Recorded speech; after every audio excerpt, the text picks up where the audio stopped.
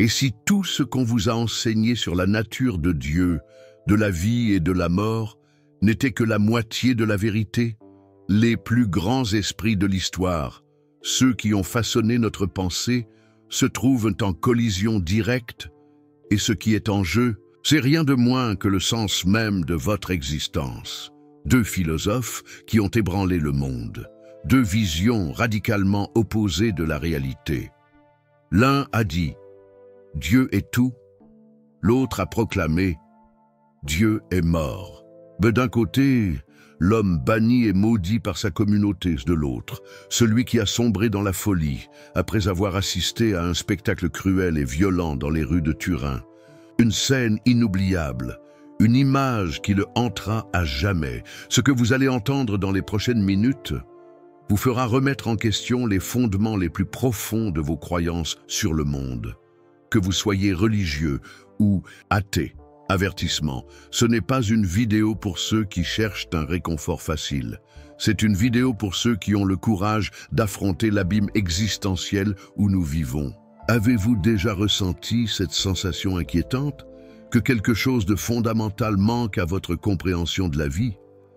Ce vide perturbateur, que ni la religion ni la science ne semblent combler complètement? Comme s'il existait deux voix en guerre à l'intérieur de votre tête, l'une cherchant l'harmonie et l'ordre, l'autre percevant le chaos et la lutte constante. C'est sur ce champ de bataille précis que Spinoza et Nietzsche s'affrontent. Et aujourd'hui, vous comprendrez pourquoi ce conflit se déroule en vous. En ce moment même, la vérité, c'est que ces deux géants de la pensée se disputent le contrôle de votre vision du monde. Et comprendre ce conflit philosophique n'est pas seulement un exercice intellectuel, c'est la clé pour résoudre la crise existentielle qui définit notre époque. Baruch Spinoza est né à Amsterdam en 1632, fils de juifs portugais ayant fui l'Inquisition. Il vivait en polissant des lentilles de microscope, un travail humble qui permettait à son esprit d'explorer les recoins les plus profonds de la réalité. À 23 ans, il a été excommunié de la communauté juive lors d'une des cérémonies les plus sévères jamais enregistrées. Maudit soit-il le jour, maudit soit-il la nuit. Sa famille a été interdite de tout contact avec lui. Ses amis l'ont abandonné et il y a même eu une tentative d'assassinat, le crime de Spinoza. Il a osé suggérer que Dieu n'était pas une entité séparée. Mais la substance même de la nature, Deus sive natura, Dieu, c'est-à-dire la nature, une vision qui défiait tout le pouvoir religieux de l'époque.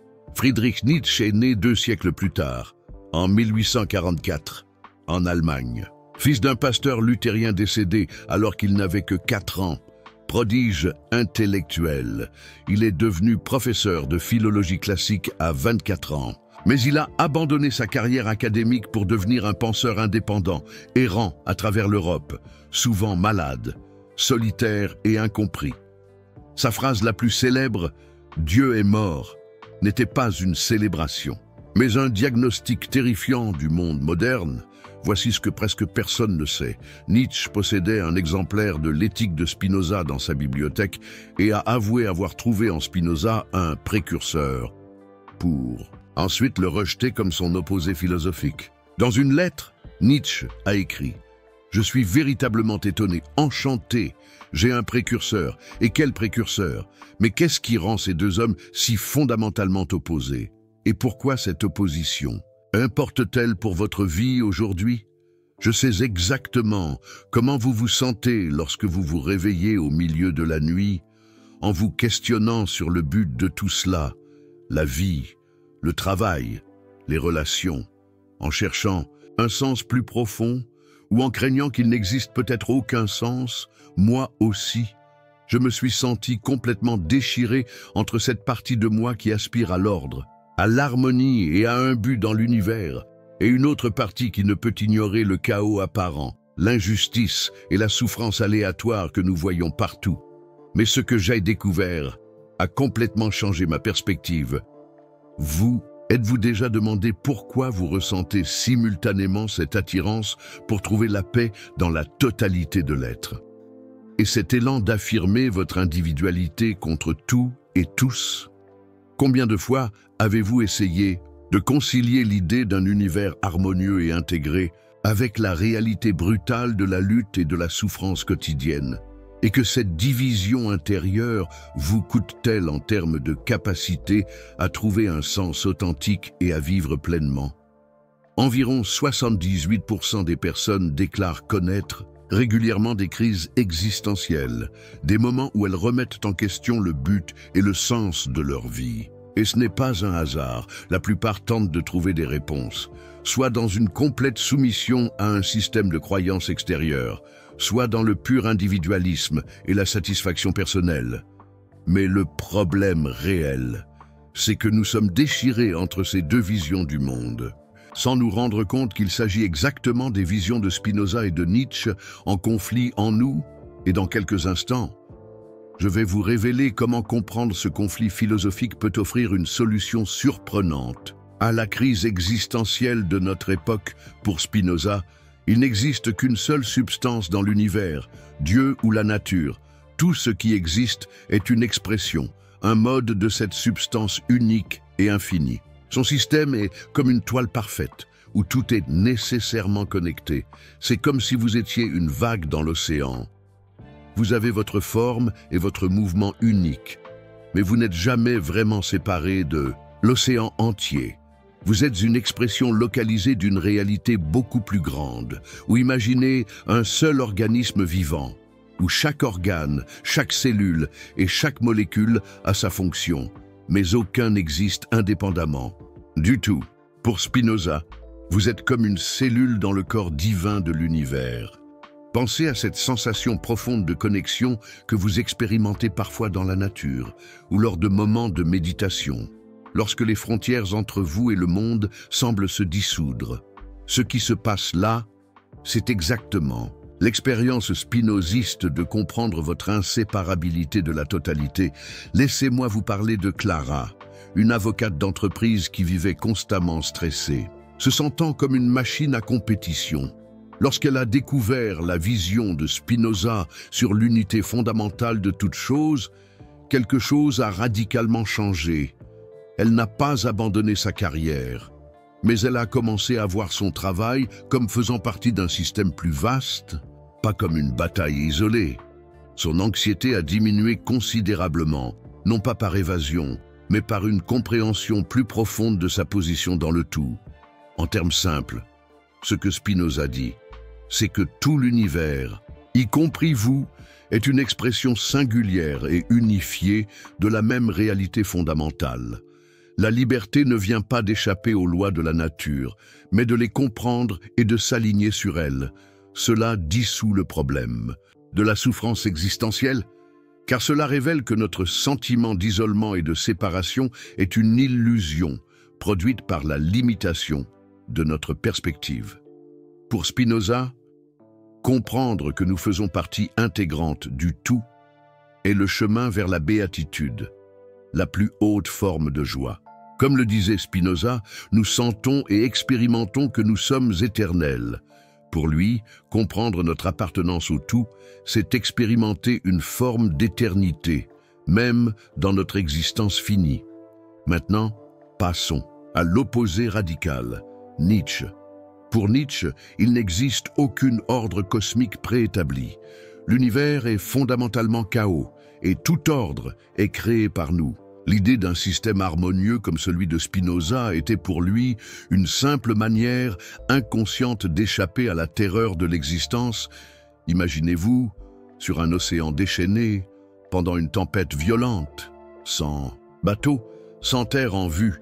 Vous n'êtes pas une vague se déplaçant harmonieusement, vous luttez pour ne pas vous noyer. Et votre seule option est de créer votre propre signification dans ce chaos, ou imaginez un vaste champ de bataille, où il n'y a ni arbitre, ni règles préétablies, ni but supérieur, seulement la lutte constante des forces pour la domination. Pour Nietzsche, vous n'êtes pas une cellule dans un corps divin, mais un guerrier qui doit affirmer sa volonté. Souvenez-vous de cette sensation viscérale d'être vivant, que vous expérimentez dans les moments de grands défis, escalader une montagne, affronter un adversaire, créer quelque chose d'extraordinairement difficile. Ce qui se produit là, c'est l'expérience nietzschéenne de la volonté de puissance. Laissez-moi vous parler de Marc, un artiste paralysé par le perfectionnisme, toujours à la recherche de la création d'une œuvre parfaite, selon des critères externes. Lorsqu'il a découvert la vision nietzschéenne de la création de valeur, il a réalisé qu'il était prisonnier de systèmes de jugement qui n'étaient même pas les siens. Il a abandonné la quête de l'approbation et a commencé à créer une art qui affirmait sa propre vision singulière. Sa créativité a explosé, non par l'harmonie, mais par la rupture des schémas établis. En termes simples, ce que Nietzsche dit, c'est qu'il n'existe pas d'ordre divin ou naturel qui donne un sens à l'existence. Nous devons nous-mêmes créer ce sens à travers notre volonté. La liberté ne vient pas de comprendre et d'accepter les lois de la nature, mais de créer nos propres lois. Cela résout le problème du nihilisme existentiel, car cela nous donne la responsabilité totale de la création de valeur dans un monde dénué de sens intrinsèque. Pour Nietzsche, affirmer la vie dans sa totalité, y compris la souffrance.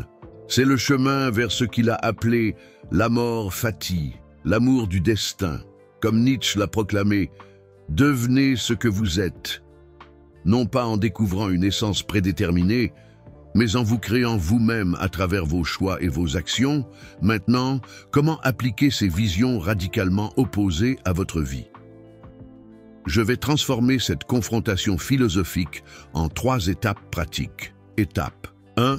Le diagnostic existentiel. Lorsque vous vous retrouvez en crise existentielle, vous interrogeant sur le sens de la vie, arrêtez-vous et faites exactement cela. Demandez-vous, est-ce que je recherche un sens qui existe déjà dans le tout, Spinoza, ou est-ce que je ressens le besoin de créer mon propre sens, Nietzsche? Au moment où vous le ferez, vous ressentirez un soulagement immédiat en identifiant clairement le type de crise que vous traversez. Avec le temps, cela transformera complètement votre relation avec les questions existentielles, permettant des réponses plus ciblées. Étape 2. L'oscillation consciente. Les prochaines fois que vous vous sentirez perdu entre différentes visions du monde, faites ceci. Pratiquez consciemment l'alternance entre la perspective spinoziste, vous comme partie intégrante du tout, et la perspective nietzschéenne, vous comme créateur de valeur. Vous remarquerez immédiatement que votre attention se déplace de la recherche d'une seule réponse correcte vers une compréhension plus dynamique de l'existence. Petit à petit, votre relation avec les contradictions philosophiques ne sera plus jamais la même, car vous verrez que différents moments de la vie exigent des approches différentes. Étape 3. L'intégration paradoxale. Lorsque vous sentez le besoin de choisir entre accepter le monde tel qu'il est ou le transformer par votre volonté, essayez ceci.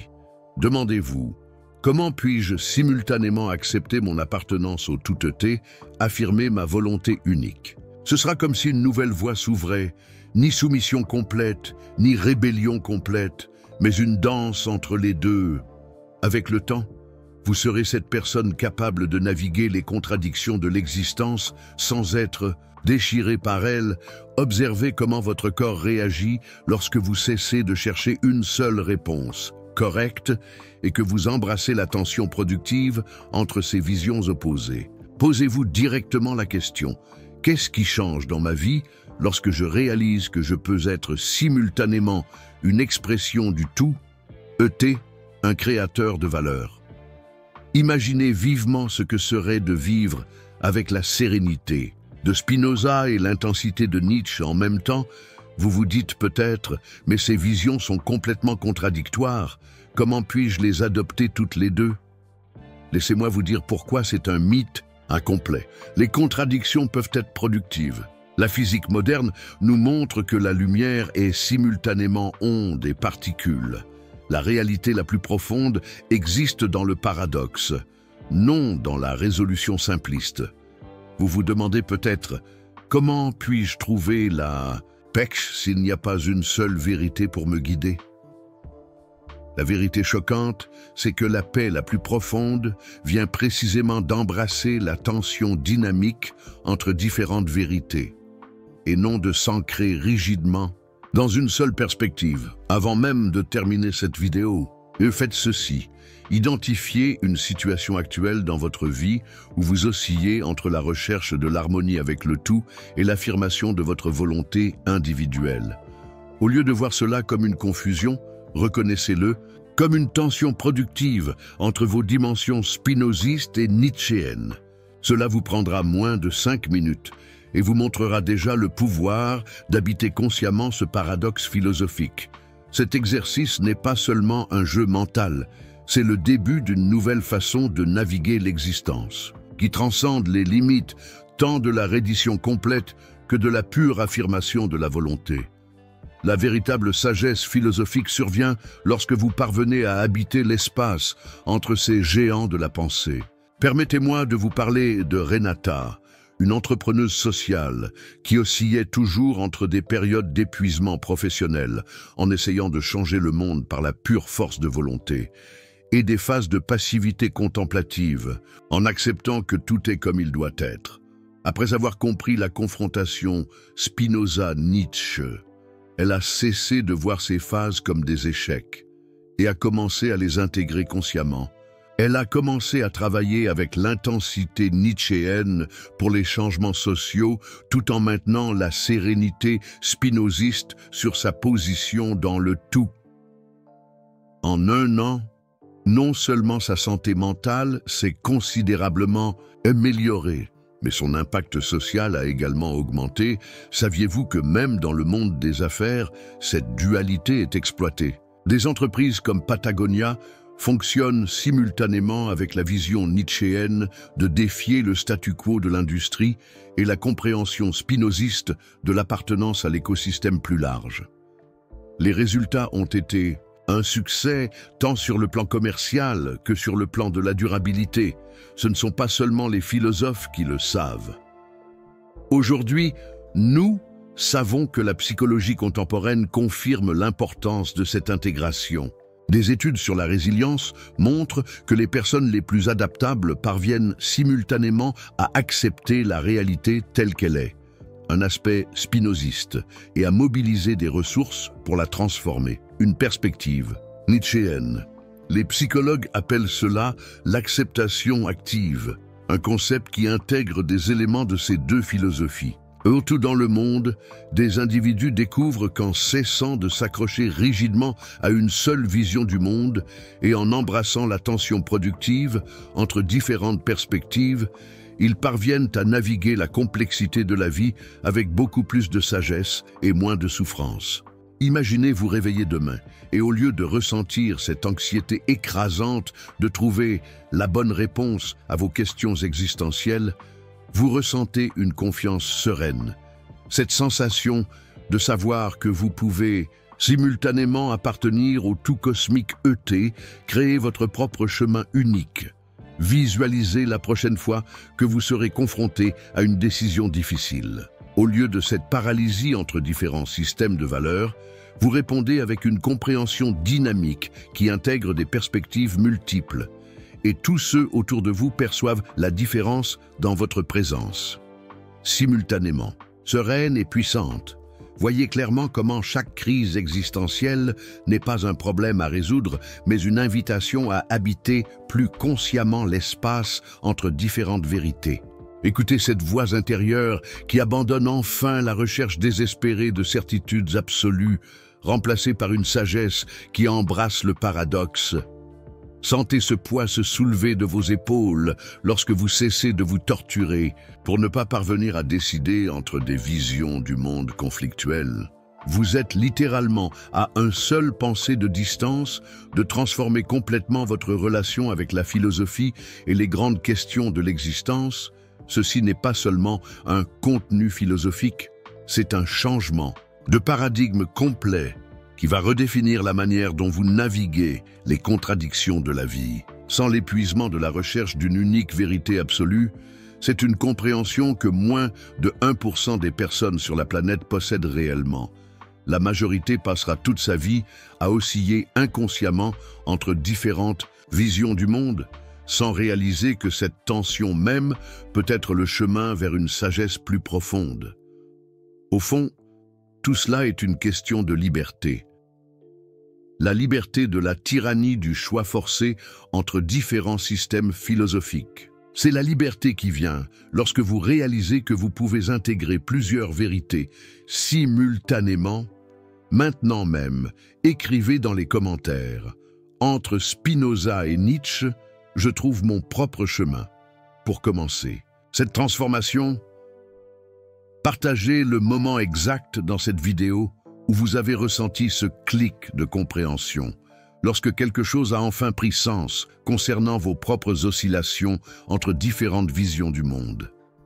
Envoyez cette vidéo maintenant à la personne dans votre vie qui est en crise existentielle ou paralysée entre différents systèmes de valeurs. Vous pouvez littéralement changer sa perspective d'un simple clic. Dans la prochaine vidéo, je vous montrerai comment appliquer cette intégration paradoxale pour transformer spécifiquement vos relations, votre carrière et votre spiritualité, en utilisant ce que j'appelle la méthode de la dualité productive. Ensemble, nous redécouvrirons une sagesse qui peut littéralement transformer non seulement nos vies individuelles, mais aussi notre culture collective, nous menant au-delà des guerres idéologiques qui nous divisent. Et je vous laisse avec une question. Qu'est-ce qui devient possible dans votre vie lorsque vous cessez de chercher une seule vérité philosophique et commencez à habiter consciemment l'espace paradoxal entre Spinoza et Nietzsche?